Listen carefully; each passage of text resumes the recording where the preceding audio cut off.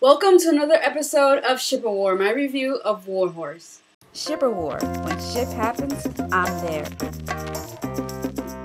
Now, before I continue on with my review, I want to have a little disclaimer by saying I am a big Steven Spielberg fan. I like a lot of his movies, as I have proof here. Some of my VHS and DVD collection of his films. So I am a fan, okay? I do like his movies, so I am not a hater.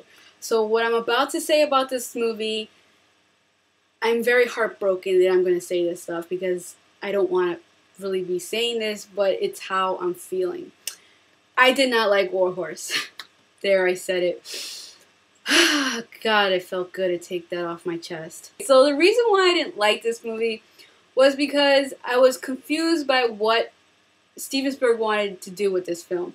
When I went into the movie, prior to seeing it, I was expecting a movie like Schindler's List, Saving Private Ryan type movie. I got a movie that I felt wasn't sure what exactly it wanted to be, whether it wanted to be a serious period piece or it wanted to be a comical, campy type movie. Now, I say this because there was a lot of things in the movie that were very silly and campy, and they were supposed to make you laugh. Okay, that's fine, they have that in Indiana Jones and it works. And then it had these really serious, sad scenes. And when they had these serious, sad scenes, you're feeling really sad. And you're like almost feel sick to your stomach that just happened. And then as soon as that happens, it quickly transitions to a comical scene. So you don't have enough time to feel emotionally sad towards that one scene that just took place, especially when the scene is very sad to the point where I'm looking down, so I don't even want to look at the screen at just what just happened to one of the characters. The other thing I didn't like about this movie was there was too many characters in this movie. It was basically one long movie with a bunch of little short stories within it, and I just didn't like how it was done. It wasn't like the Twilight Zone where, there's different stories within a big movie.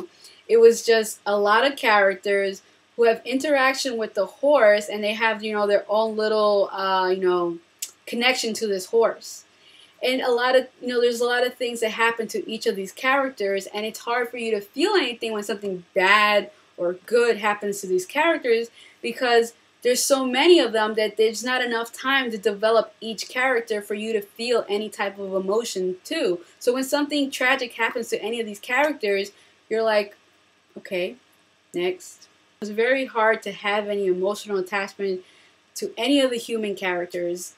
The horses, for sure, but they're horses, they're animals. And there was a lot of little tragic things, not even little, a lot of big tragic things that happened to these animals, and the way they showed it was just so I don't like watching movies where like an animal dies or anything like that. Like that just rips me apart, and there was a lot of things like that to the point again I just had to look away from the screen. I kept looking down just to not look at the screen because if I felt physically ill watching some of these scenes. Okay, this is how the romance or the potential romance in this movie was.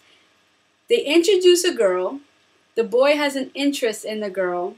The girl is never shown again just after she's introduced. And then she's mentioned again in the movie, like in the middle or towards the end of the movie. And that's pretty much it. They never mention her ever again at all throughout the whole movie. Which makes me question, why did they even bother to introduce her and have that one scene with her?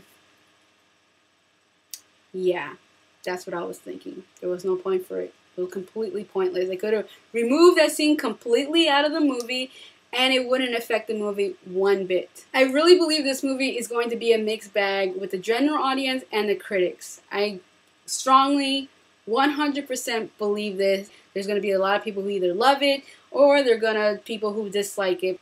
So that is all for this episode of Ship of War. Goodbye and until next time.